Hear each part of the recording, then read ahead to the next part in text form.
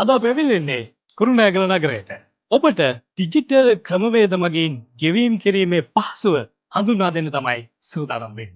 මහ බැංකුවේ අධිපතිතුමන් එවැගේම නියෝජ්‍ය අධිපතිතුමන් ඇතුළු අනෙකුත් කාර්ය මණ්ඩලයේ සියලු දෙනා සහභාගීත්වයෙන් තමයි අද දවසේ මේ සමාරම්භක අවස්ථාව සිදු වුණේ. ඒ වගේම කුරුණෑගල නගරයේ ප්‍රධාන පෙළේ ව්‍යාපාරික මහතුන් සහ බැංකු මූල්‍ය ආයතන සියලු දෙනා එකතුව තමයි අද දවසේ මේ සමාරම්භක අවස්ථාව සිදු කරනු ඉතින් අපි නගර මැදට ඇවිල්ලා ඉන්නේ. මම මේ මොහොතේ සූදානම් වෙන්නේ ඔබට මේ පිළිබඳව වැඩි විස්තර කියන්න.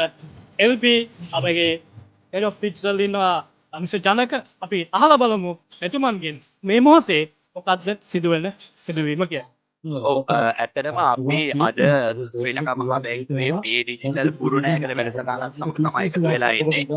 මේ ඩිජිටල් කුරුණෑගල වැඩසටහනේ මූලික අරමුණ තමයි කුරුණෑගල ප්‍රදේශයේ ජනතාවට ඩිජිටල් ගෙවුම් පහසුව හඳුන්වා දීම සහ කුරුණෑගල ප්‍රදේශයේ ව්‍යාපාරිකයන්ට ලංකා QR හරහා මුදල් ලබා ගැනීම පහසුව ගැන දැනුවත් කිරීම තමයි මේ ව්‍යාපෘතියේ අරමුණ. ඒ වගේම තමයි මේ හා සමාන ව්‍යාපෘති ගණනාවක් ගිය වසරේ ක්‍රියාත්මක වුණා. මේ වසරේ මේ ආකාරයෙන් පවත්වන පළමු ව්‍යාපෘතිය තමයි මේ මහා බැංකුව. ඉතින් අපි ශ්‍රී ලංකා මහා බැංකුවත් එක්ක LB ෆයිනෑන්ස් LB සිම්බිරියට අද ඒක රාශි වෙලා ඉන්නවා. ඒ කර්තව්‍ය පුර දෙන්න.